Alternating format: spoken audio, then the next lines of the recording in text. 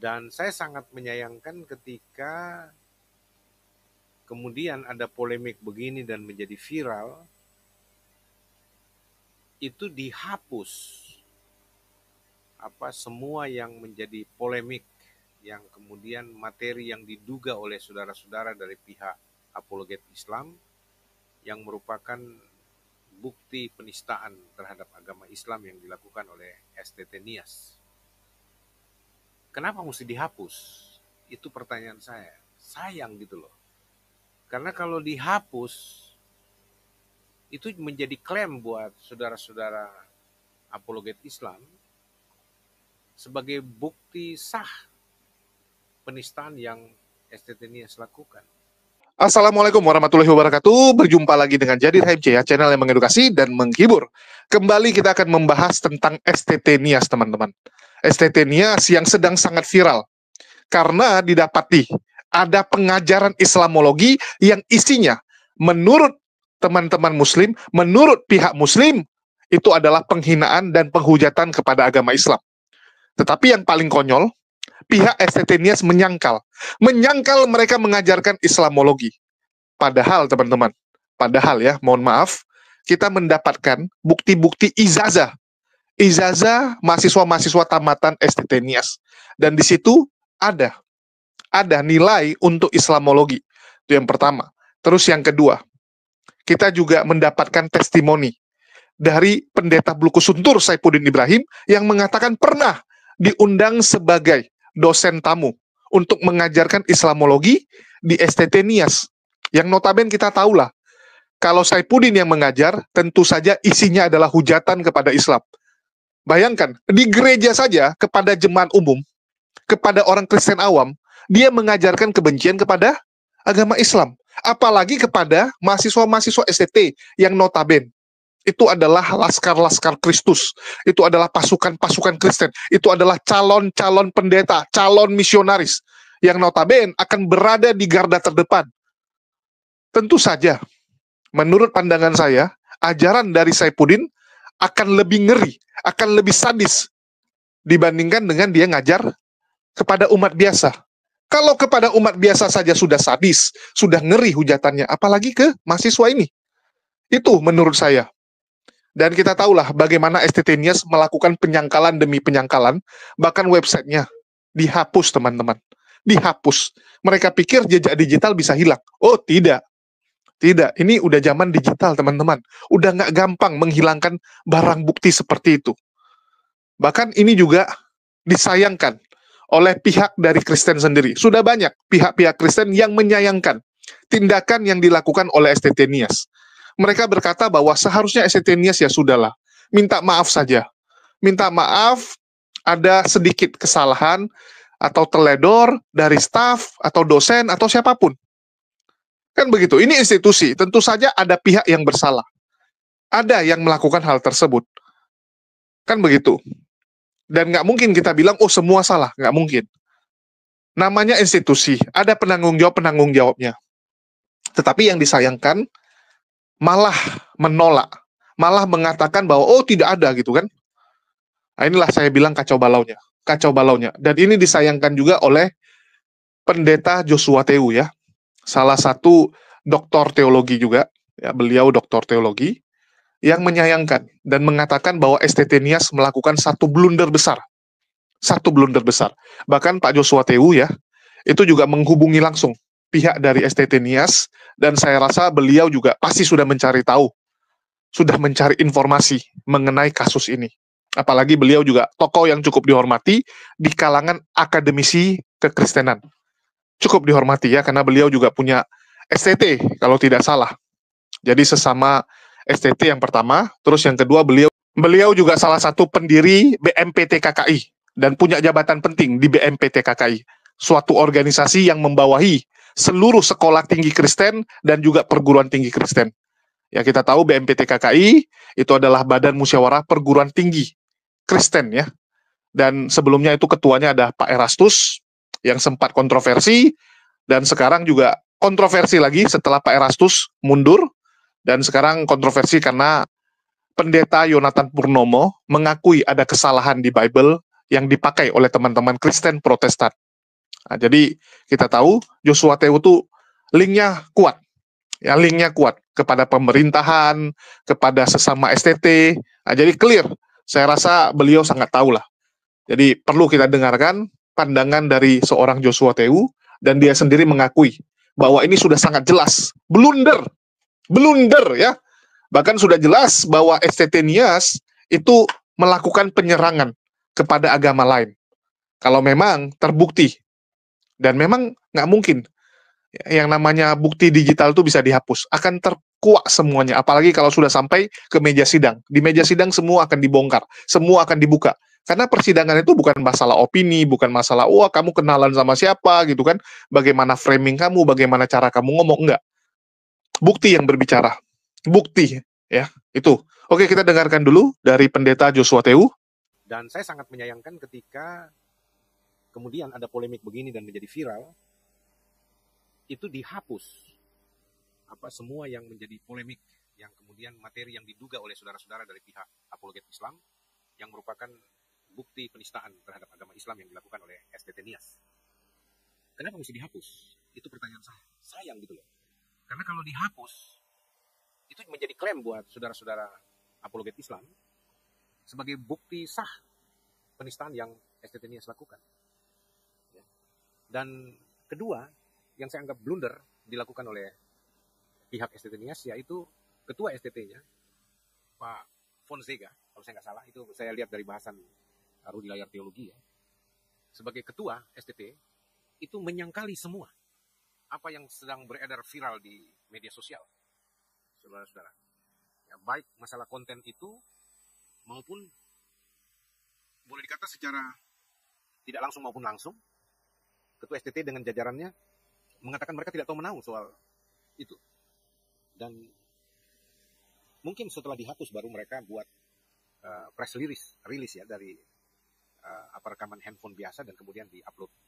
Dan itu menjadi viral juga.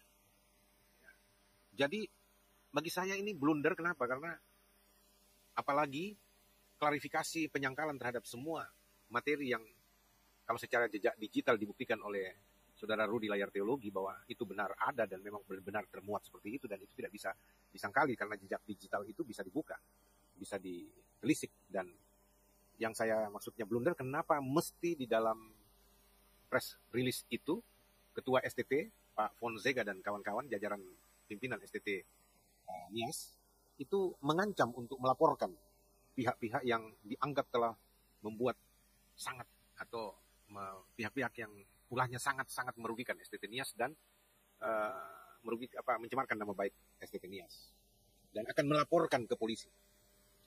Ini yang saya bilang blunder. Kalau soal klarifikasi saja barangkali tanpa ancaman melaporkan ke polisi, apalagi kalau betul-betul pihak STT Nias melaporkan ke polisi, itu bagi saya bunuh diri. Ya. Karena kalau sampai itu ditanggapi serius oleh polisi dan sampai kepada pengadilan meja hijau, saya berani garansi bahwa STT Nias akan terbukti sah dan kalah mutlak di dalam pertarungan argumentasi pembelaan dirinya. Dan itu pasti akan berujung penutupan dari STT Nias itu sendiri. Dan ini yang saya bilang, saya sedih karena anak-anak yang kuliah itu yang jadi korban, saudara-saudara. Dan itu sebabnya saya himbau dari sini, lebih bagus STT Nias jangan membuat laporan polisi. Percuma saja. Ya. Dan itu lebih berdampak jadi bumerang. Ya. Apalagi kalau nanti ternyata di kalangan internal STT Nias dengan pengurus Yayasan Kudus yang menaungi STT Nias yang dipimpin oleh Pak Radius itu dihapus. Bahkan kalau saya nggak salah dari bahasan saudara Rudi Layar Teologi mengatakan bahwa itu sampai di statuta bisa dihapus. Itu kan barang yang tidak masuk akal, tetapi dilakukan untuk menghilangkan nama Pak Radius dari sangkut paut dengan STT Nias sebagai ketua yayasan yang melindungi, mengayomi STT Nias. Dan saya dengar bahwa beliau adalah seorang advokat. Saya berusaha untuk kontak beliau untuk menanyakan hal itu, dan kami miss terus, artinya miss telepon. Waktu saya telepon tidak dijawab, tapi beliau WA dan saya juga balas WA ingin berbicara, minta waktu untuk kasus atau masalah dengan STT Nias ini. Ya, dan saya tawarkan bagaimana kita coba pikirkan solusi terbaik untuk STT Nias ini. Dan beliau kemudian telepon. Tapi saya ternyata tidak melihat karena kesibukan lain. Ya, nanti setelah saya lihat, waduh, sudah sekitar berapa puluh menit ya. Baru saya coba kontak lagi beliau, ternyata tidak bersambut lagi, tidak dijawab. Dan itu sebabnya sampai sekarang ini saya tidak mendapat kontak, tidak terlibat pembicaraan langsung. Ya, tetapi sekali lagi saya disclaimer bahwa saya tidak dalam rangka untuk mendiskreditkan STT Nias, apalagi menghakimi STT Nias, tidak. Ya, dan saya hanya ingin memberikan himbauan terbuka karena susah saya cari nomor telepon dari ketua STT Nias, Pak Fonseca, yang melakukan konferensi pers internal mereka atau semacam klarifikasi mereka, tetapi saya tidak dapatkan nomor beliau. Nah, itu sebabnya saya secara terbuka seperti ini menghimbau, sudahlah berhenti, nggak usah dilaporkan ke polisi, percuma saja, dan kedua itu bisa jadi bumerang buat STT Nias sendiri. Karena di pengadilan pasti akan dibuka itu. Ya. Kalau sudah sampai ke pengadilan pasti akan dibuka. Karena bicara pengadilan ini pasti bicara bukti, bukan bicara narasi orang membela diri dan sebagainya. Enggak, itu bicara bukti. Dan kalau perintah pengadilan mengatakan kepada apa istilah kalau provider itu yang dia pakai untuk sewa situs websitenya gitu, itu pasti akan dibongkar. Apalagi kode 404 yang kalau kita buka STT Nias di Google itu muncul 404. Itu bicara soal data itu disembunyikan, tidak dihapus, tapi ditutup dan tidak bisa siapapun yang melihat atau berusaha melihat kecuali admin itu sendiri yang melakukan penutupan, melakukan private penyembunyian konten materi itu. Jadi itu sebabnya sekali lagi buat Dr. Fonseca, ketua STT Nias dan jajarannya, saya berharap jangan dilaporkan, nggak usah. Kalau mereka yang laporkan, ya silakan saja, tidak apa-apa. Nanti bagaimana caranya untuk coba berbicara, atau lebih bagus ditempuh jalan damai untuk coba membicarakan hal ini dengan baik. Pasti ada caranya. Ya, saya sih punya cara, tapi saya nggak buka di sini. Ya, saya punya cara untuk menyelesaikan masalah ini. Saya tahu jalurnya dan bagaimana caranya untuk menyelesaikan persoalan ini supaya tidak perlu sampai makan korban dalam pengertian penutupan institusi dan menjadi korban anak-anak, dan apalagi bicara soal pidana dan sebagainya. Enggak, gitu ya. Karena apa? Kalau kita mau berbicara penyeimbangan, itu dari pihak apologet Islam juga mungkin boleh dikata prosentasenya lebih besar penistaan, pelecehan, penghinaan terhadap kekristenan dibandingkan Kristen sendiri, apologet Kristen maksudnya. Jadi itu sebabnya saya bilang di judul saya bahwa jangan contoh apologet Islam, karena apologet Islam memang memanfaatkan sekecil apapun ya, bahan dari apologet Kristen untuk dipakai, yaitu menyerang kekristenan. Ya, itu sudah tidak bisa disangkali di berbagai YouTube atau TikTok dari saudara-saudara apologet Islam, jelas sekali ya, bahwa apapun mereka akan lakukan, tidak ada dasar atau tidak ada bahan yang mereka bisa lakukan pun mereka ciptakan bahan sendiri untuk melakukan penistaan agama terhadap kekristenan.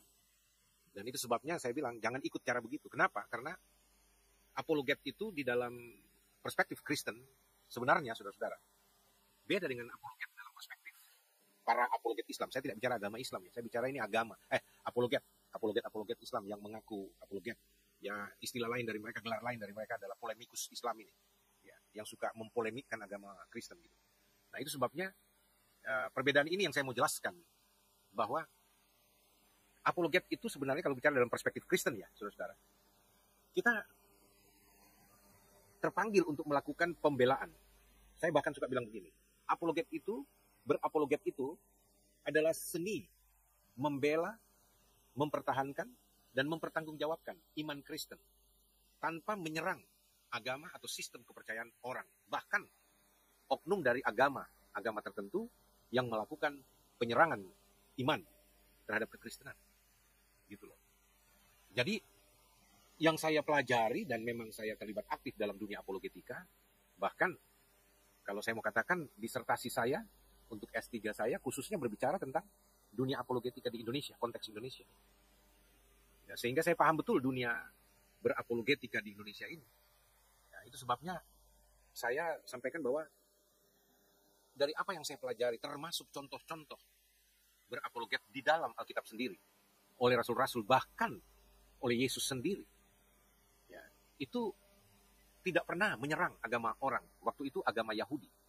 Yesus tidak pernah mengecam agama.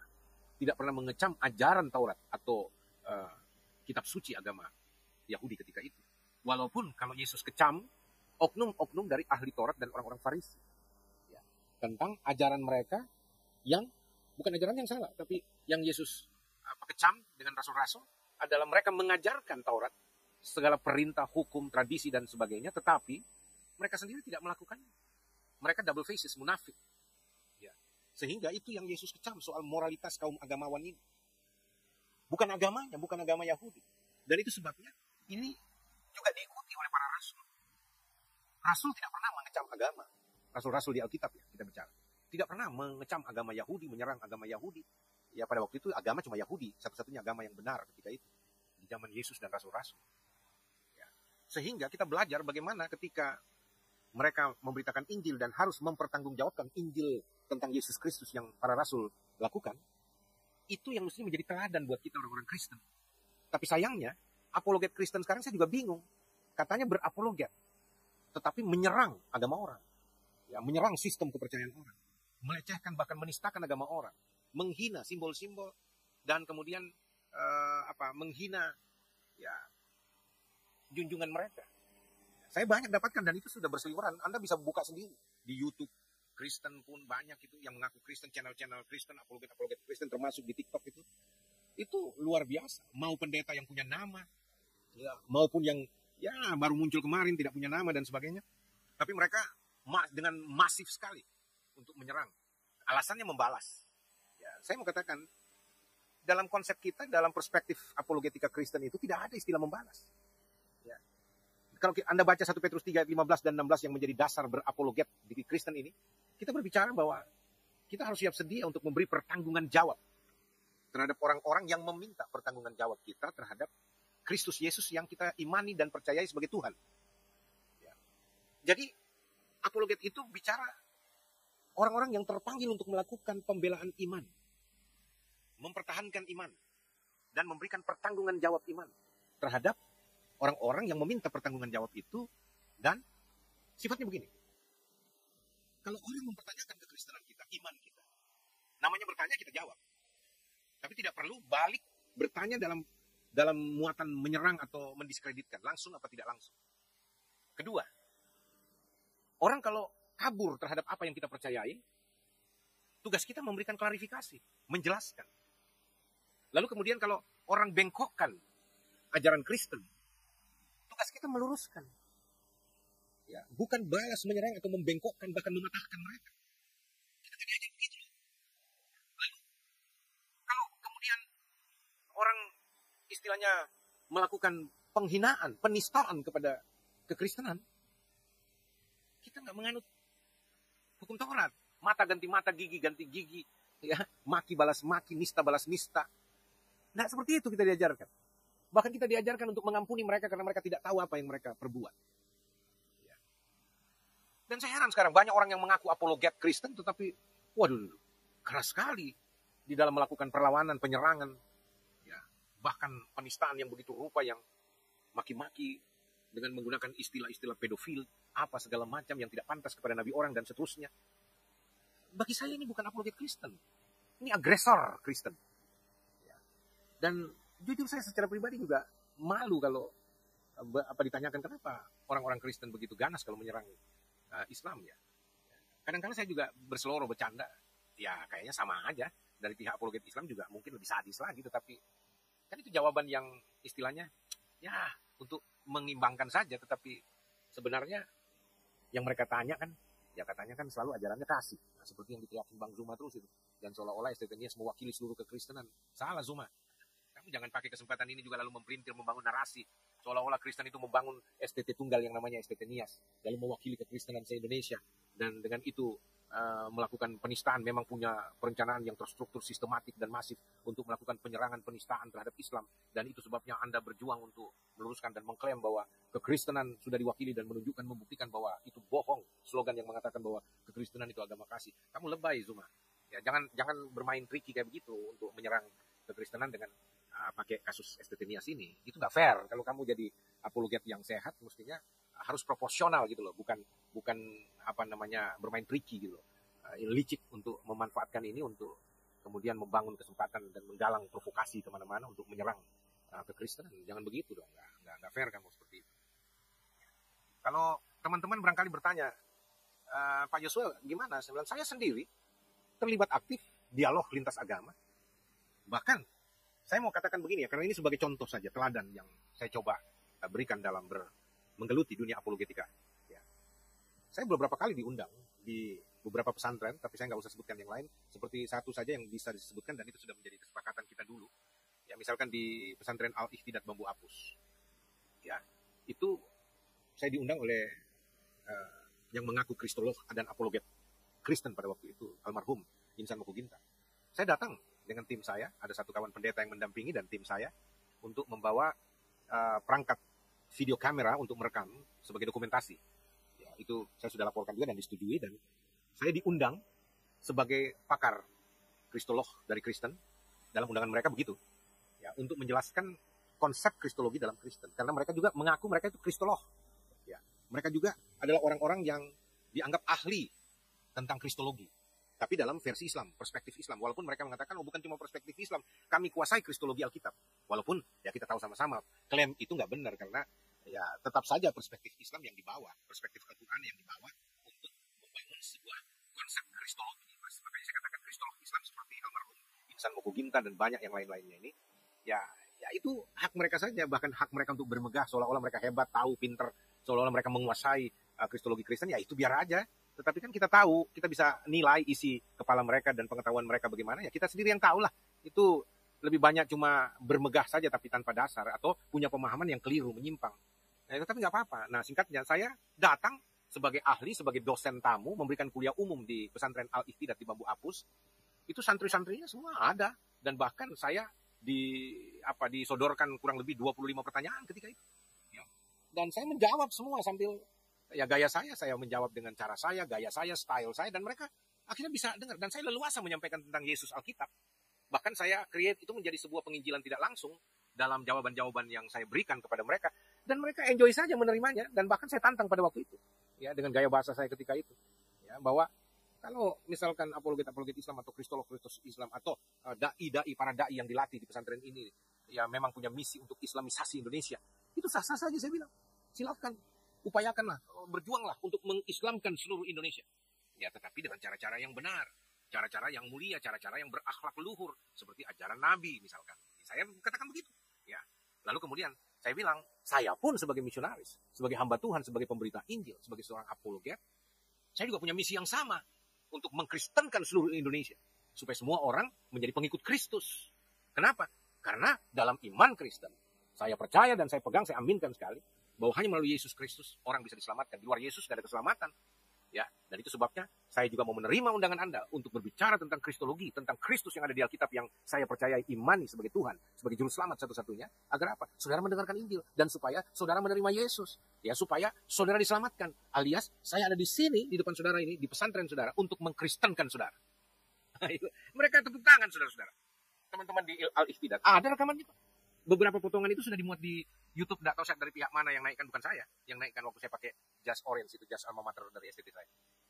Jadi, saudara-saudara, hal-hal seperti itu yang saya ingin katakan kepada saudara. Kita bisa berbicara, kita bisa berdialog, bahkan saya bilang sama mereka, ya kalau Anda memang punya niat, karena saya percaya, niat yang Anda maksud itu adalah niat suci bagi pandangan Anda untuk mengislamkan seluruh dunia, termasuk seluruh Indonesia. Karena Anda yakin Islam merupakan agama rahmatan lil alamin, dan Anda menginginkan semua orang Indonesia menerima rahmat Allah itu. Maka Anda terpanggil untuk berdakwah, bahkan berjihad untuk mengislamkan Indonesia. Silahkan saja.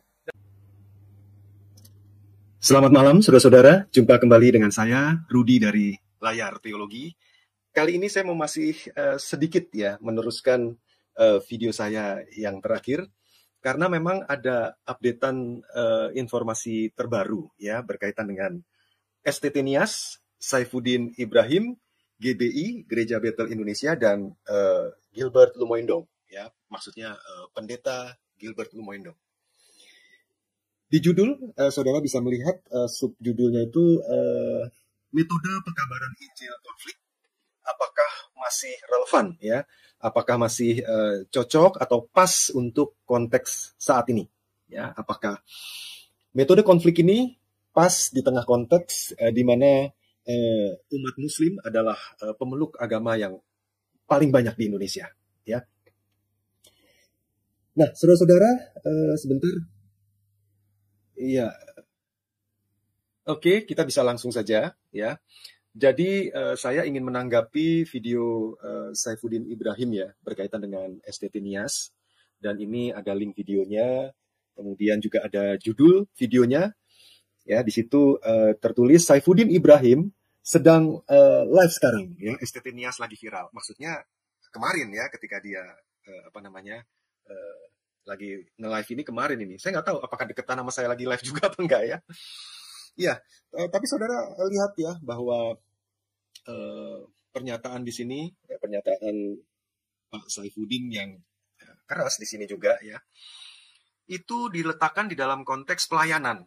Nah, saudara bisa lihat ya di bawahnya ini, ya, di bawahnya tertuliskan bantu pelayanan lewat beberapa rekening bank termasuk Bank of America miliknya Pak Saifuddin sendiri.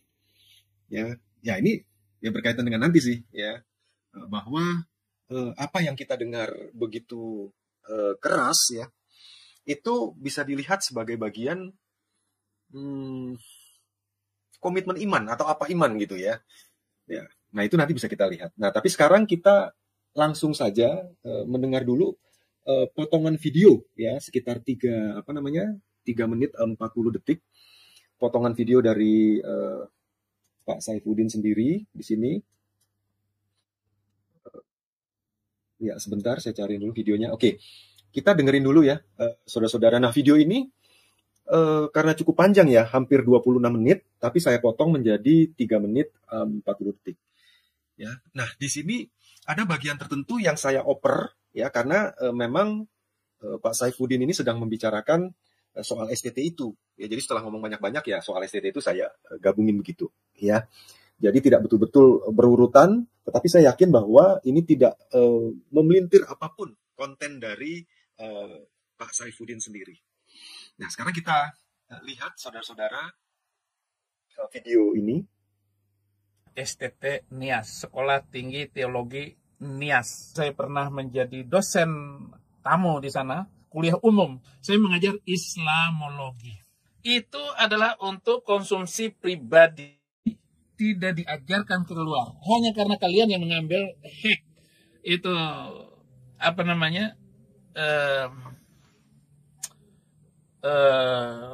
email atau apa saja yang berkaitan dengan STT Nias, kalian yang mencuri, mengambil. Itu kan untuk sendiri. Nggak ada kaitannya untuk keluar. Adapun yang diajarkan saya dulu adalah bagaimana menginjil dan bagaimana memberitakan Injil. Seorang mahasiswa itu harus tampil sedemikian rupa. Apa saja yang kita sampaikan di dalam penginjilan, jangan takut. Termasuk Allah itu adalah 666. Berarti Lucifer. Emang Lucifer? Nabi kamu itu Lucifer. Apa sih urusannya? Emang jahat. Keyakinanmu itu salah total. Harus dihapuskan di muka bumi ini. Seluruh pengajaran kalian harus dihapuskan di muka bumi ini supaya seluruh dunia hidup toleransi dan damai. Saya sebagai seorang akademisi untuk Islamologi, karena saya yang sudah membuat kurikulum Islamologi itu, yang saya jadikan di dalam 3 pelatihan camp penginjil sejati. Jadi tahap tingkat pertama, kedua, dan ketiga, advance, penginjil advance. Saya baru menyiapkan ada lebih kurang 500 penginjil yang tersebar ke seluruh Indonesia yang sedang bekerja bagaimana memenangkan jiwa-jiwa di seluruh Indonesia. Saya sendiri yang memimpin melawan roh-roh jahat di udara. Mental-mental busuk yang dimiliki oleh orang-orang yang mengaku diri beragama. Saya akan lakukan terus. Anda mungkin mengatakan, wah, udara ini, kita akan melawan udara ini. Sinyal-sinyal yang tidak benar, kita harus lawan. Nggak ada alasan kita berhenti. Terus perbaiki kurikulum pengajaran nanti. Dan metode-metode saya di dalam menyerang keyakinan itu. Supaya dipakai, digunakan terus-menerus. Supaya mereka kapok, saudara-saudara. Sehingga nggak ada alasan kita berhenti untuk memberitakan Injil. Dan memberitakan Injil tidak bisa dihentikan oleh siapapun. Karena itu surat keputusan Tuhan, SK dari Tuhan Yesus Kristus untuk memberitakan Injil itu, pergilah, jadikan semua bangsa muridku. Dan penyertaan Tuhan itu untuk penginjilan sampai akhir zaman.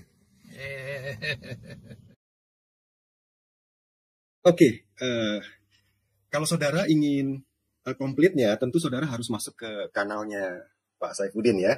Dan saudara memang sih ada bagusnya ya kalau saudara menonton penuh begitu. Tetapi poin-poin penting ini saya sampaikan ya supaya saudara mengerti cara berpikirnya ya seorang Saifuddin Ibrahim itu gimana gitu. Karena dia betul-betul ya tidak akan berhenti dan bukan hanya dia jalan sendiri gitu, enggak ya. Di dalam video itu dia mengatakan dia mempersiapkan 500 penginjil yang memakai cara metode dia. Ya, yang saya sebut adalah metode konflik karena jelas di situ eksplisit ya Pak Saifuddin mengatakan menyerang ya. Oke. Kita lanjutkan saudara-saudara, kita sudah putar video ini.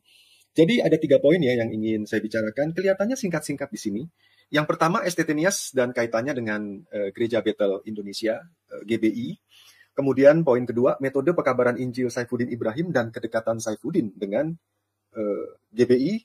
Ya, kemudian yang ketiga, Gilbert Lumaindong sebagai ketua pekabaran Injil pada saat ya Saifuddin mengajar di Estetinias ini. Menarik ya, karena nanti ada satu foto menarik ya. Nah, kita langsung saja, ini foto yang saya ambil dari live streaming saya kemarin itu ya. Jadi kalau saudara pengen lihat detailnya ya saudara tonton di situ. Ya, tetapi saya cukup memperlihatkan kepada saudara di sini ada plang kampus Estetinias. Kemudian di sini juga ada logo dan juga ada GBI di sini. Memang ini logo GBI-nya. Lalu ada Golkarnya di sini. Lalu ada nama di sini Eva Dianti Maruau ya NPD. Nah ini saya cukup saya rasa menjelaskan ini. Oh ya saya gedein ya supaya saudara jelas ya. Nah di sini. Oke, jadi sebetulnya kalau saudara menonton sebentar saudara. Saya lihat dulu. Ini oke, suaranya bagus ya. Jelas saudara dengar ya. Nah, jadi kalau saudara nonton live streaming saya kemarin, saudara pasti bisa menangkap sesuatu di sini gitu loh. Tapi saya tidak mau mengeksplisitkan karena siapa yang buat kurikulum itu. Nah, itu kan kita nggak bisa cuma duga-duga lalu kita ngambil kesimpulan ya. Kita harus memastikan dan nggak menyangka totonya Pak Saifuddin mengakui di video itu ya dia yang membuat kurikulum, dia yang mentraining ya kan dengan 3 level training di situ ya. Macam-macam di situ. Dan uraian saya juga sebetulnya berkaitan dengan videonya Pak Saifuddin sendiri ya. Nah, jadi saudara lihat ya bahwa yang ada namanya Eva Dianti Maruau itu nama lengkapnya adalah ada tabitanya ya sebagai pembina Yayasan Kudus Mandiri ya yang mengelola ini ya Estetinias ini dengan ketua Estetiniasnya yang udah kemarin saya jelasin ya ada problem macam-macam ya. Ibu Tabita sendiri adalah istri dari almarhum Dr. Timotius Gea ya, jadi sudah almarhum November 2018 ya. Nah jadi saudara perhatikan di situ memang menyolok sekali eksplisit ya ada GBI di sini ya. Di sini ada tulisannya GBI. Kita lanjutkan, ini adalah turut ya berduka cita ya dari keluarga besar BPH GBI Jakarta di sini ya atas namanya ketua umum yang ditujukan untuk pendeta Timotius Gea ya yang sudah menyelesaikan perjuangan ya. Jadi selamat tinggal gitu. Nah, saudara lihat ya bahwa almarhum Timotius Gea ya itu sebelum meninggal itu menjabat sebagai PLT Ketua BPD GBI Kepulauan Nias. Jadi memang punya posisi yang terhormat di sini. Ya hampir tidak mungkin ya GBI tidak mengenal sosok yang terhormat ya almarhum Pak Timotius Gea. Ya hampir tidak mungkin karena yang bertanda tangan di ucapan belasungkawa juga ketua umumnya ya Pendeta Dr. Japarlin Marbum. Ya, jadi nggak main-main, bukannya orang yang tidak punya jabatan yang memberikan turut belasungkawa, tapi memang betul ketua umumnya. Dan ini juga almarhum Pak Timotius ini juga sebagai PLT ketua BPD GBI Kepulauan Nias. Ya, jadi betul termasuk orang penting. Ya, dan di sini dikatakan sebagai tokoh pendiri STT Nias, sebagai gembala GBI Jalan Golkar, ya kemudian BPD Kepulauan Nias. Ya, jadi sudah pasti terkait ya antara STT Nias dengan GBI, ya Gereja Bethel Indonesia.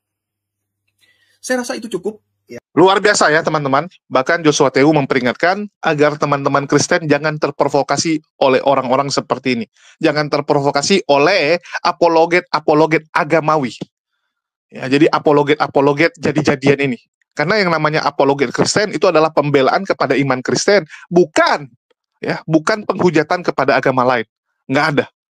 Kan begitu.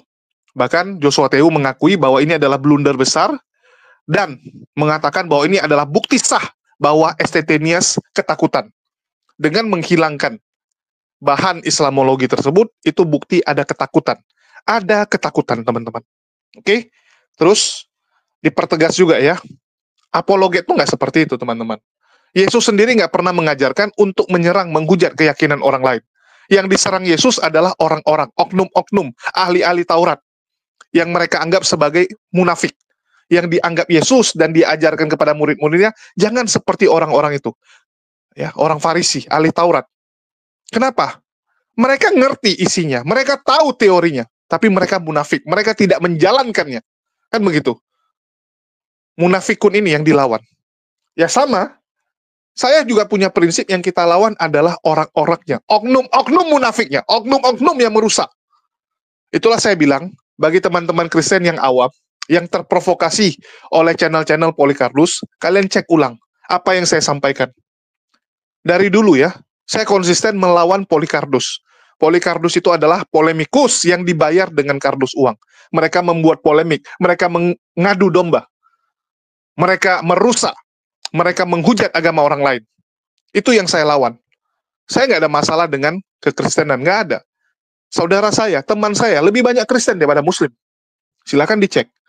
Ya, teman-teman nongkrong saya lebih banyak Kristen.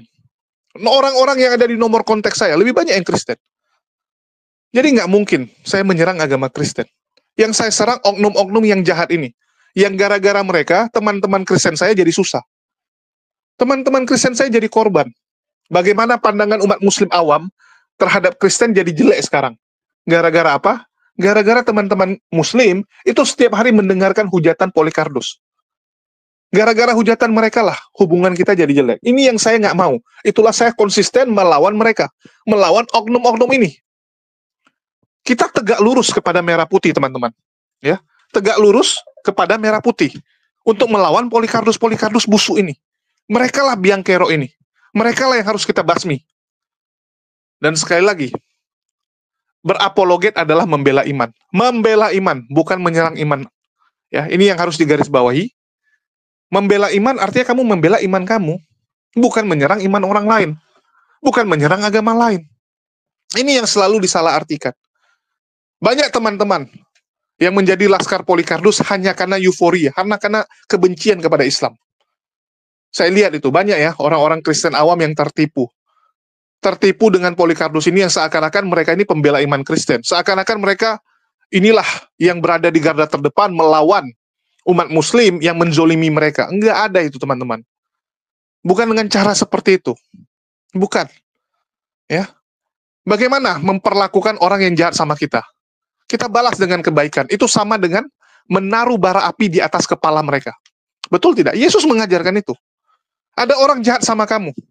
Nggak perlu kamu balas dengan kejahatan. Balaslah dengan kebaikan. Itu udah sama dengan menaruh bara api, teman-teman. Taruh bara api di atas kepalanya. Sama seperti Wak Labu kan. Dia ngaku apa? Waktu dia kesusahan, yang nolong malah Muslim. Udah sondi, nolongin dia kemarin. Dia bilang itu seperti menaruh bara api di atas kepala dia. Artinya apa? Itulah realitanya, teman-teman. Itulah realitanya. Mereka ini cuma penghujat. Mereka ini cuma penghujat. Polycardos itu cuma merusak.